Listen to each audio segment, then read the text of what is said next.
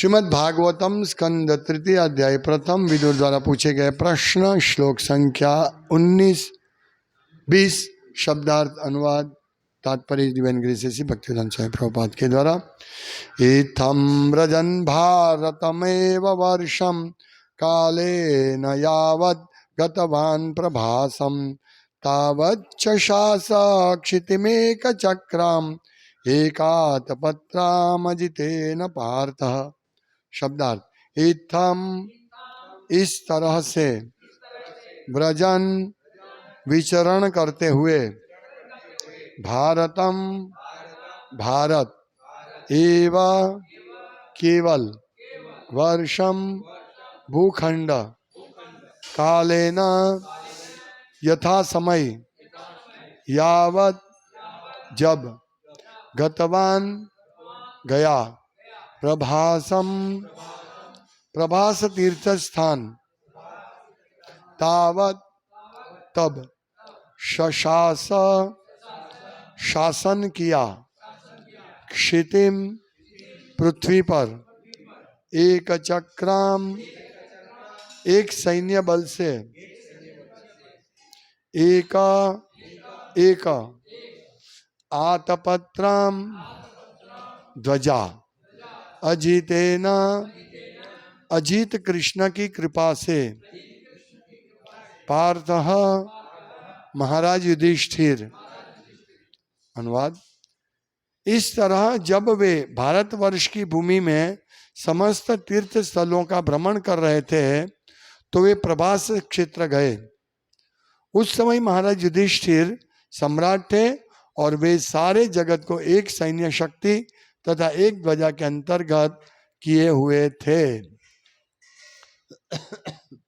तात्पर्य, 5000 से अधिक वर्ष पूर्व जब संत विदुर तीर्थ यात्री के रूप में पृथ्वी का भ्रमण कर रहे थे तो इंडिया भारतवर्ष के नाम से विख्यात था, जैसा कि आज भी है। विश्व इतिहास भूतकाल के 3000 वर्षों से अधिक का क्रमबद्ध विवरण नहीं दे सकता, किंतु उसके पूर्व सारा संसार महाराज युधिष्ठिर के ध्वज एवं सैन्य शक्ति के अधीन था और वे संसार के सम्राट थे। आज के समय में संयुक्त राष्ट्र में सैकड़ों हजारों ध्वज फहराते हैं, किंतु विदुर के समय भगवान कृष्ण अर्थात अजित की कृपा से केवल एक ध्वज था। संसार के सारे राष्ट्र पुनः एक ध्वज के नीचे एक सत्ता के लिए अत्यंत उत्सुक है, किंतु इसके लिए उन्हें भगवान कृष्ण की कृपा प्राप्त करनी होगी, क्योंकि केवल वे ही एक विश्वव्यापी राष्ट्र बनाने में सहायक बन सकते हैं। ओम ज्ञानतिमिरान्धस्य ज्ञानञ्जनशलाकया हरे कृष्णा कृष्णा कृष्णा हरे हरे, हरे राम राम राम हरे हरे। हरे कृष्णा। अभी इलेक्शन चल रहा है और रिजल्ट आएगा अगले महीने। कौन राज्य करेगा भारतवर्ष पर, भारत देश में कौन राज्य करेगा वो नक्की होगा। लेकिन पहले इलेक्शन नहीं होता था, पहले राजाशाही थी, तो राजा जवाबदारी पूर्वक अपने राजकुमार को ट्रेनिंग देता था और वो राजा खुद ट्रेनिंग लेता था, और इस प्रकार ट्रेनिंग लेकर किस प्रकार से अच्छी तरह राज्य चला सकते हैं ऐसी शिक्षा प्राप्त करके वो अच्छी तरह राज्य चलाते थे। यहाँ महाराज युधिष्ठिर का उदाहरण दिया गया है। जब महात्मा विदुर यात्रा करते करते करते वे प्रभास क्षेत्र में आए, यानी द्वारका के नजदीक प्रभास क्षेत्र। तो वहां वे आए तो उनको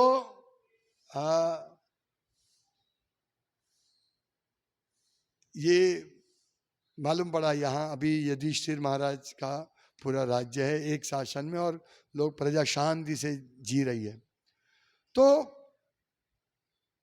आज एक राजा दूसरे से, आज एक मिनिस्टर दूसरे देश के मिनिस्टर से लड़ते हैं, बॉम्बार्डिंग युद्ध चलता है, पैलेस्टीन और यूक्रेन, फिर रशिया और यूक्रेन, पैलेस्टीन और इजराइल, ये सब युद्ध कर रहे हैं, भारत पाकिस्तान। अमेरिका चाइना ये सब युद्ध करने में मशगूल है। मेरी सत्ता मेरी सत्ता। लेकिन हम देखते हैं कि महाराज युधिष्ठिर सम्राट थे और वे सारे जगत को एक सैन्य शक्ति तथा एक ध्वजा के अंतर्गत किए हुए थे। आज ये सब नहीं कर रहे हैं। क्यों? क्योंकि यहां एकात पत्रम मतलब एक ही ध्वजा के लिए क्यों अजीतेन पार्थ, अजीतेन जो जीते जा नहीं सकते वो अजीत की कृपा से, अजीतेन अजीत कृष्ण की कृपा से महाराज युधिष्ठिर सबको एक ध्वजा के नीचे एक शासन में लेके आ गए कृष्ण की कृपा से। हम देखते हैं कि कौरव पांडव का युद्ध हुआ, उससे पहले महाराज युधिष्ठिर को कितना कष्ट भुगतना पड़ा अपने भाइयों के साथ, अपनी मां के साथ, अपनी पत्नी के साथ, कितना कष्ट भुगतना पड़ा।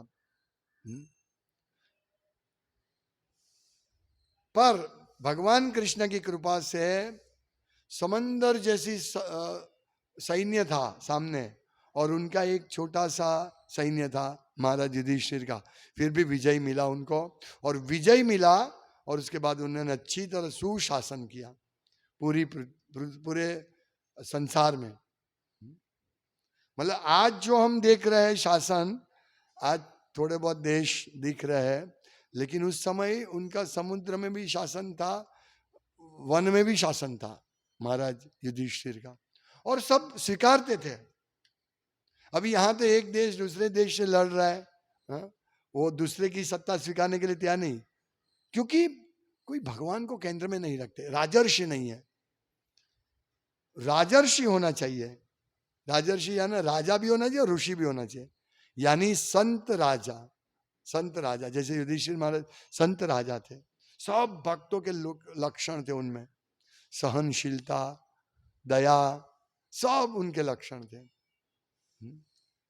अभी थोड़े 2 दिन पहले वो अपने वहां भक्त आते हैं नित्यानंद निर्मल प्रभु मंगला आरती में, उन्होंने मुझे बताया कि ये जो व्याराज है वहां बहुत बड़ी सभा भर के मिशनरीज आते हैं सभा भरने आदिवासी लोगों को और गुमराह करते हैं, वो क्रिश्चियन धर्म के लिए सबको कन्वर्ट कर रहे हैं। लेकिन क्या फायदा होगा इससे? तुम क्रिश्चियन, वो लोग समझते कि सब लोग क्रिश्चियन बन जाएंगे तो हमारा नाम हो जाएगा, लेकिन इस प्रकार से महाराज युधिष्ठिर ने राज्य नहीं किया था, ये कन्वर्ट करके लोग स्वेच्छा से। वहां लिखते थे, प्रभुपाद लिखते हैं कि सारा संसार महाराज युधिष्ठिर के ध्वज एवं सैन्य शक्ति के अधीन था और वे संसार के सम्राट थे। मतलब उनके अधीन स्वेच्छा से, स्वेच्छा से, ऐसा नहीं जबरदस्ती से नहीं, ठीक है आप राज्य करो हम सुखी आपके राज्य में। छोटे छोटे राजा थे, जैसे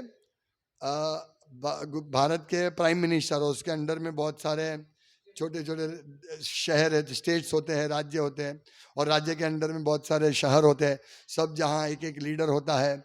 जैसे शहर में मेयर, गांव में पंचायत, वो क्या बोलते हैं उसको, सरपंच होते हैं, फिर मेयर होते हैं। वो लोग अलग अलग अपना अपना छोटा छोटा शासन चलाते हैं। गांव का शासन सरपंच चलाता है, शहर का मेयर चलाते हैं, राज्य का प्रधानमंत्री चलाते हैं, और देश का राज्य का मुख्यमंत्री चलाते हैं और देश का प्रधानमंत्री चलाते। इस प्रकार सब शासन चलता था महाराज युधिष्ठिर के समय में। अभी क्या हो रहा है, सबकी पार्टी हो गई। अभी गांव में कांग्रेस पार्टी है, शहर में भाजपा पार्टी है, और देश में कोई दूसरा पार्टी है। तो इसीलिए सुशासन नहीं चलता है ना, एक शासन नहीं चलता है। लेकिन महाराज युधिष्ठिर एक शासन से चलाते थे, सब जगह उनका ऐसा प्रभाव था कि वो लोग चाहते थे, और ऐसा राज्य किया महाराज युधिष्ठिर ने कि जब परीक्षित महाराज अपने राज्य में का दौरा करने निकले, तब जब सब जगह उनका इतना भव्य स्वागत हुआ। क्यों? क्योंकि उनके दादा पांडवों ने सुशासन किया था और सब सुखी थे प्रजा। और उनका इतना भव्य स्वागत हुआ, और स्वागत में कृष्ण लीला और उनके पांडवों की यश गान चलता था कि, और महाराज परीक्षित आंख बंद करके सुन रहे थे, आंखों में आंसू आ रहे थे कि मेरे पूर्वज कितने महान थे। उस समय प्रजा सुखी थी, उन्होंने भी अपना शासन ऐसे ही चलाया कि पूरा संसार सुखी था, संसार सुखी था। लेकिन आज हम देखते भारत देश में भी लोग सुखी नहीं। क्यों? इसका कारण क्यों है? ये कारण ये है, अजितेन अजितेन पार्थः। अजितेन, भगवान अजीत की कृपा नहीं है। कैसे होगी कृपा अजीत की? लोग अजीत का पूजा ही नहीं करते हैं, कृष्ण की पूजा ही नहीं करते हैं, कृष्ण को भगवान ही नहीं मानते हैं, तो कैसे सुखी हो सकता है? सब भगवान एक है। ये क्रिश्चियन मिशनरी आते हैं, वो क्यों आते हैं और क्यों हिंदुओं को कन्वर्ट करवाते हैं? क्योंकि हमारे पास ऐसा कोई ज्ञान नहीं है, जो है लेकिन कोई ऐसा व्यक्ति नहीं है कि जो लोगों को ज्ञान पहुंचाए कि भाई भगवान कृष्ण की भक्ति करो, उसमें सब कुछ आ जाएगा। हाँ? और दुख, वो दुखी हो जाते हैं, और इसका लाभ उठा के अंधश्रद्धा से ये क्रिश्चियन मिशनरी आती है और सबको गुमराह करते हैं। और वो लोग सोचते हैं कि हमारा ये जो क्रिश्चियन मिशनरी है वो हमारा परम कल्याण करेगा, इसीलिए वो लोग कन्वर्ट होके मुस्लिम बन जाते हैं, क्रिश्चियन बन जाते हैं। लेकिन उनको ज्ञान नहीं है, ज्ञान नहीं है। वो लोग सिर्फ खाने पीने से ही निस्बत रखते हैं, क्योंकि वो निम्न अवस्था में रहते हैं ना।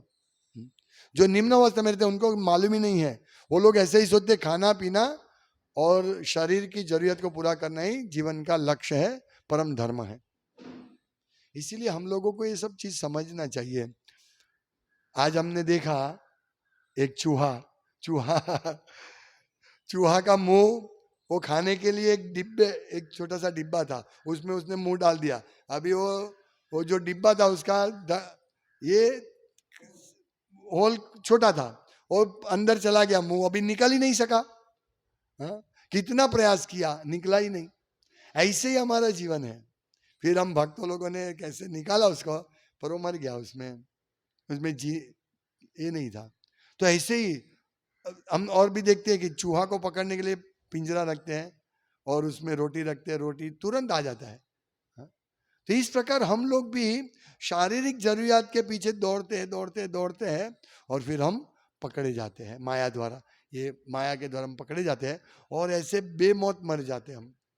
बेमौत यानी भगवान कृष्ण को स्मरण किए बिना मरना, ये हमारा सबसे बड़ा प्रॉब्लम है। हम ये सॉल्यूशन के लिए नहीं जाते, सबको क्रिश्चियन कन्वर्ट कराने हैं, सबको मुस्लिम बनाने हैं, इससे कोई फायदा नहीं होगा। महाराज युधिष्ठिर ऐसे नहीं थे, वो एक धर्म के अंदर में रखते थे सबको। अजितेन, भगवान कृष्ण की कृपा से। यदि लोग ये पॉइंट समझ जाए कि भगवान कृष्ण की कृपा से हम लोग सुखी हो सकते हैं और कोई कारण नहीं है सुखी होने का, और कोई हिसाब से, कोई उपाय से हम सुखी नहीं हो सकते हैं, ये समझना ये बहुत जरूरी है। यहां प्रभुपाद लिखते हैं कि पूरा विश्व सुखी होना चाहते हैं और एक शासन की मांग कर रहे हैं। प्रभुपाद क्या लिखते हैं कि संसार के सारे राष्ट्र पुनः एक ध्वज के नीचे एक सत्ता के लिए अत्यंत उत्सुक है।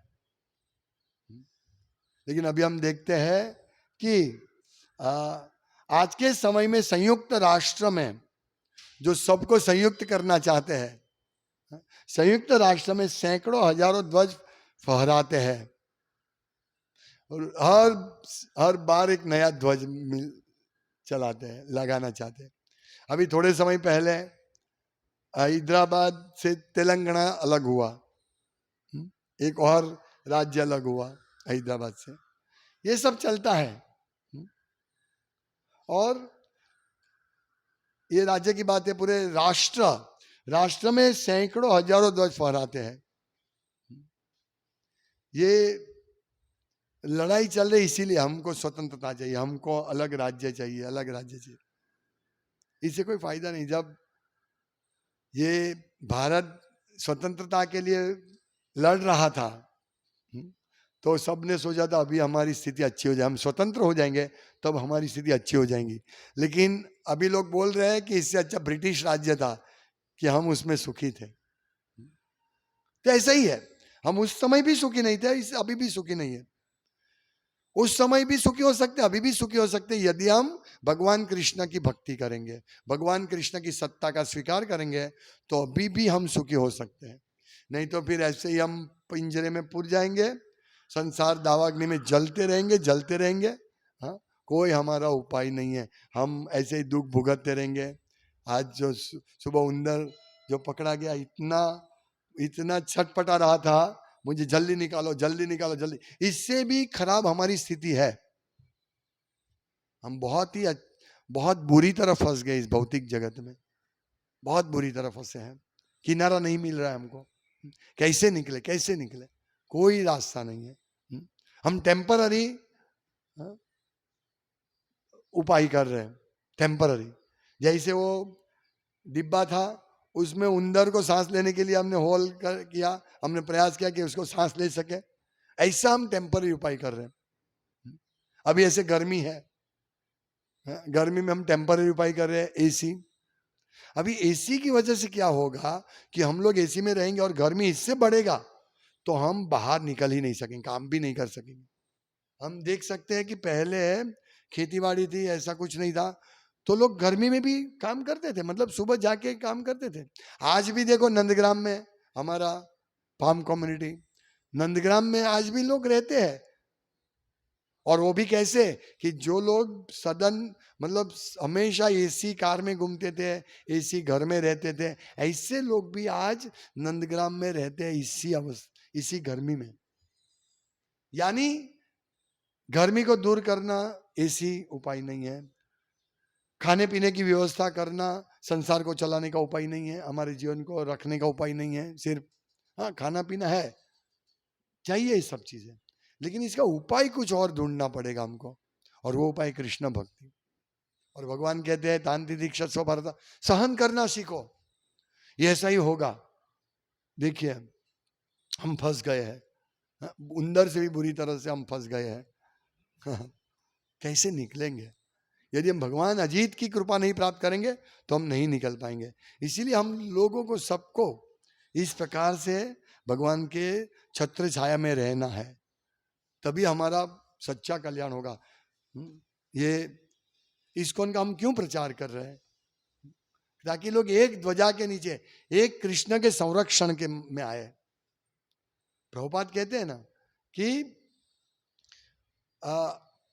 ये जो अमेरिकन गवर्नमेंट है वो इतना पैसा खर्च कर रही थी युवानों के पीछे, ड्रग एडिक्ट थे, सुखी नहीं थे।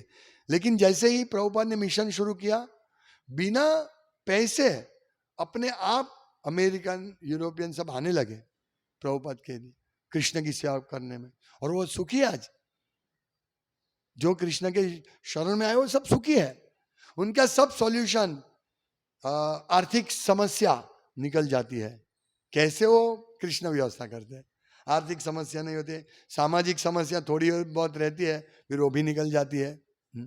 समाज फिर उसको ज्यादा ये नहीं देते महत्व, इसके पीछे माथापड़ी क्यों करे, ये हमारे समाज में रहने वाला नहीं है, इसलिए वो छोड़ देते हैं।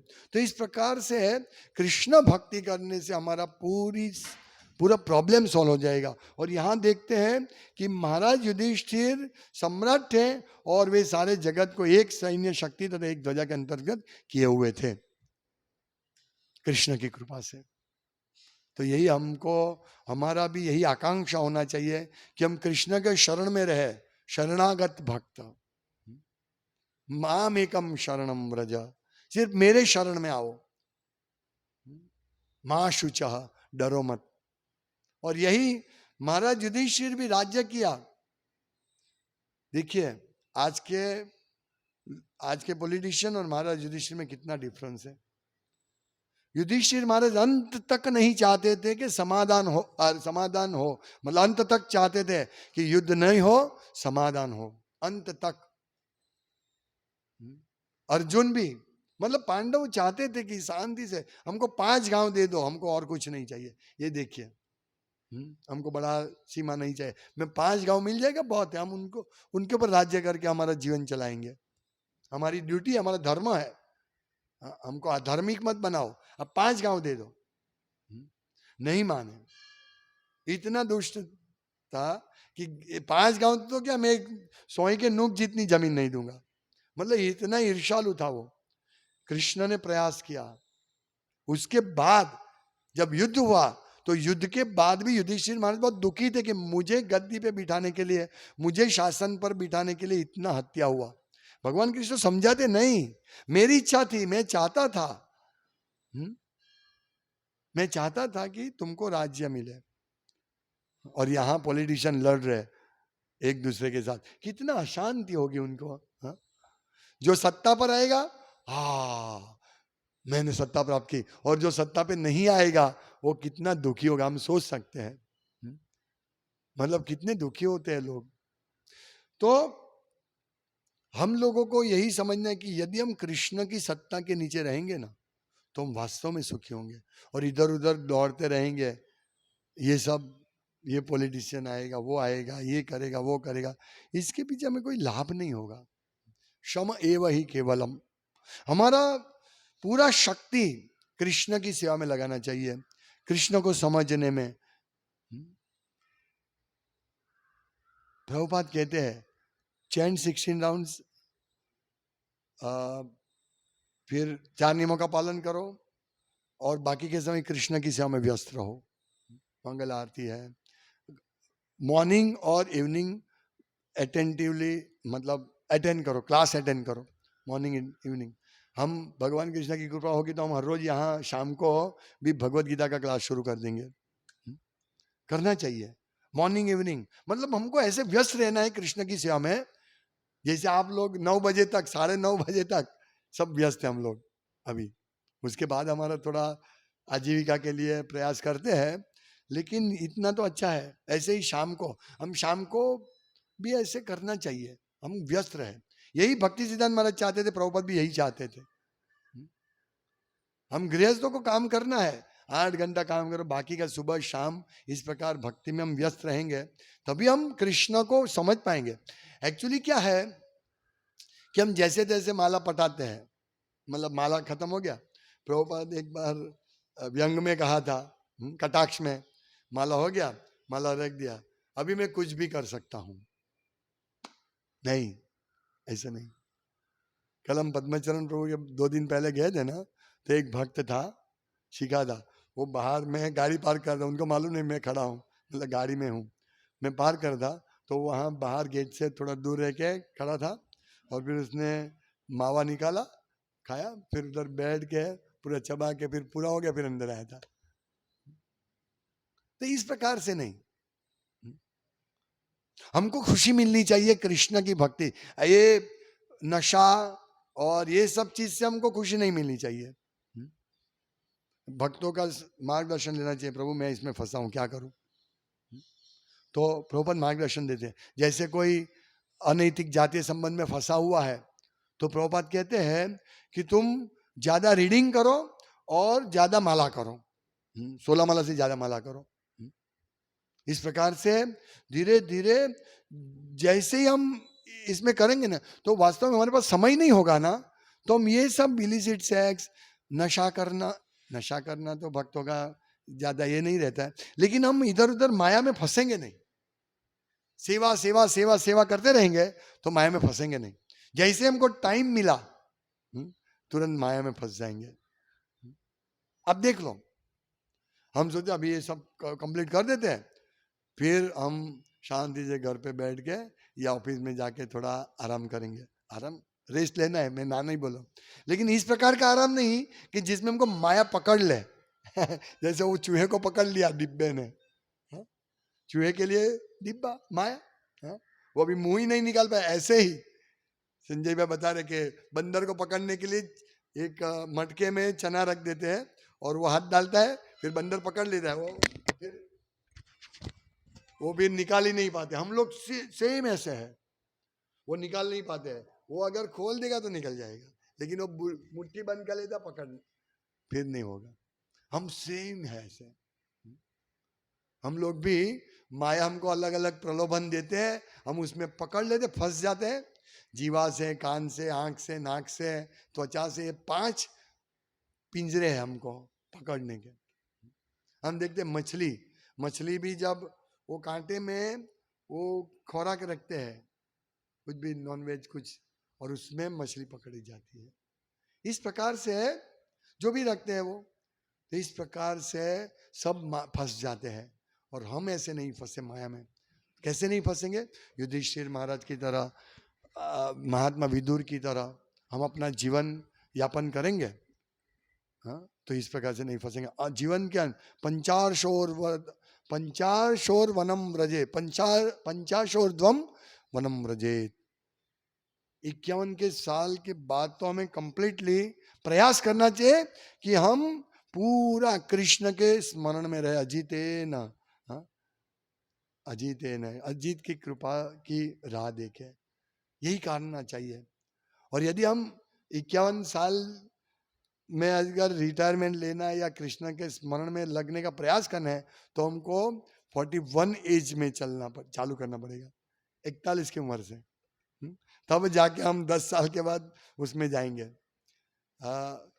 मैंने 30 साल का, 32 साल 35 साल का था, तब मैंने सोचा कि ये पूर्ण रूप से ही फुल टाइम ड्यूटी ही बनना पड़ेगा। मतलब तो हम ऐसा करें, उस टाइम तो कोई ऐसा ये नहीं था, व्यवस्था भी नहीं था, पर सोचा था कि रिटायर होना है जल्दी, तो रिटायर होने के लिए हमको प्रयास करना पड़ेगा, इसके पीछे से इस प्रकार दौड़ना नहीं पड़ेगा। तो हमको पहले कम से कम सोचना चाहिए, हम सोचते ही नहीं है। 50 साल पे सोचना शुरू करेंगे तो 70 साल में हम रिटायर होंगे, 20-25 साल लगेंगे, क्योंकि माया का पिंजरा बहुत सब जगह फंसा हुआ है। पूरा हम बीच में है, चारों ओर पिंजरा है माया का, चारों ओर डिब्बा है जिसमें हम मुंह डाल देंगे और हम फंस जाएंगे चारों ओर। हाँ, इसीलिए हमको बहुत सावधान रहना है। ये घर, ये भी ट्रैप है ना, ये एसी भी ट्रैप है हमारे लिए। हाँ, आज इतना गर्मी है तो एसी फिट करना ट्रैप है, उसमें हम फंस जाते हैं, फिर हम ठंड में भी वो ट्रैप नहीं यूज कर पाएंगे।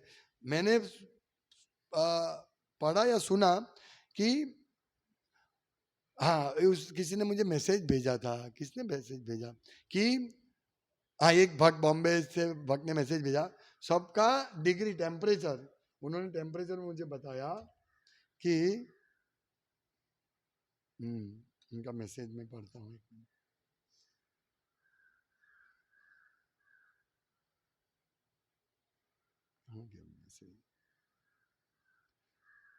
मुझे,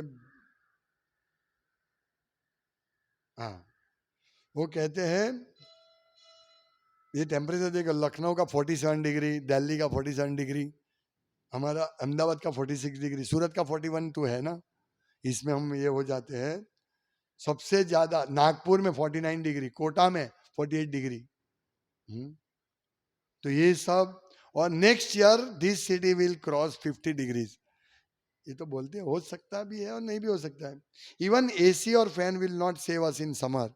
एसी और पंखा, पंखा तो अभी हमको कुछ बचा नहीं सकता है। यदि हम पेड़ के नीचे जाके हाथ का पंखा लगे तो शायद बच सकते हैं, लेकिन ये पंखा कितना गर्मी है।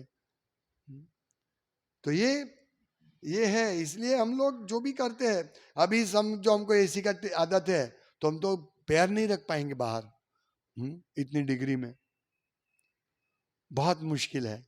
इसीलिए, पर अभी क्या करें, ये बाजू वाले झोपड़े में भी एसी है, मेरे घर में ही नहीं है। झोपड़े में भी एसी तो मैं भी लेके आऊं। ये हम ट्रैप है, माया का ट्रैप है। माया कितनी अच्छी तरह काम करती है। ये गर्मी शुरू हुई ना, उससे पहले बिलबोर्ड्स थे, उसमें लिखा है क्रोमा से एसी घर ले आओ। बस ऐसा सुनते हैं ना हम, तुरंत मन बोलता है देखो इनके वहां एसी है, उनके वहां एसी है, यहाँ एसी है, वहां एसी। आप लोग सोचेंगे, ये जो सुनने वाले और आप सब लोग सोचे राधेश प्रभु एसी के पीछे हर बार पड़े हुए हैं। नहीं, ये ट्रैप है माया का। सहन करना सीखो, कोई मर नहीं जाएंगे हम। ये सेंसेशन थोड़ा सा, बहुत गर्मी बहुत गर्मी बहुत गर्मी, फिर एसी, फिर हम बाहर नहीं निकल पाएंगे। इसीलिए मैं बार बार इसको देता हूं। और यदि हमको यात्रा करनी है तो हम कैसे कर पाएंगे? नहीं कर पाएंगे।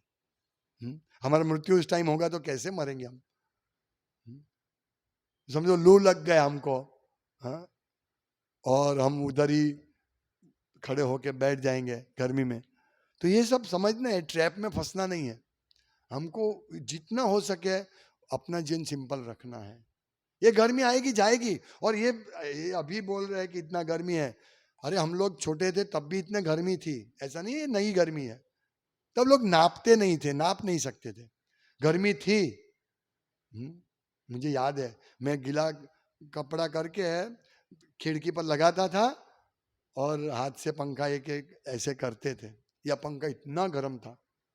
ये सब था, ऐसा कुछ नहीं है। तो ये सब चलता ही रहे। तो उस टाइम लकड़े का घर था। तो जो ग्राउंड फ्लोर था ना, आज भी ग्राउंड फ्लोर पे सीमेंट का होता है तो थोड़ा तकलीफ होता है। ग्राउंड फ्लोर में भी अब उनको अच्छा गर्मी इतना नहीं लगेगा। ये क्या चारों ओर से दीवार, ये सीमेंट की दीवार चारों ओर से सूर्य के ताप से गर्म होती है, इसकी गर्मी ज्यादा लगती है।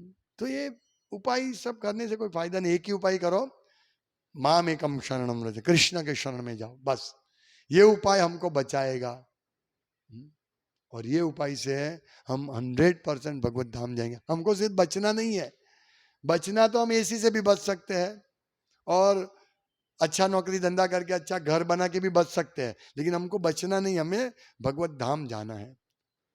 और इस प्रकार थोड़ा तपस्या करना है। और यह आनंदमय है ना। महात्मा विदुर एकदम अनन्य भाव से भगवान का दर्शन करके आनंदित होते थे, है कि नहीं?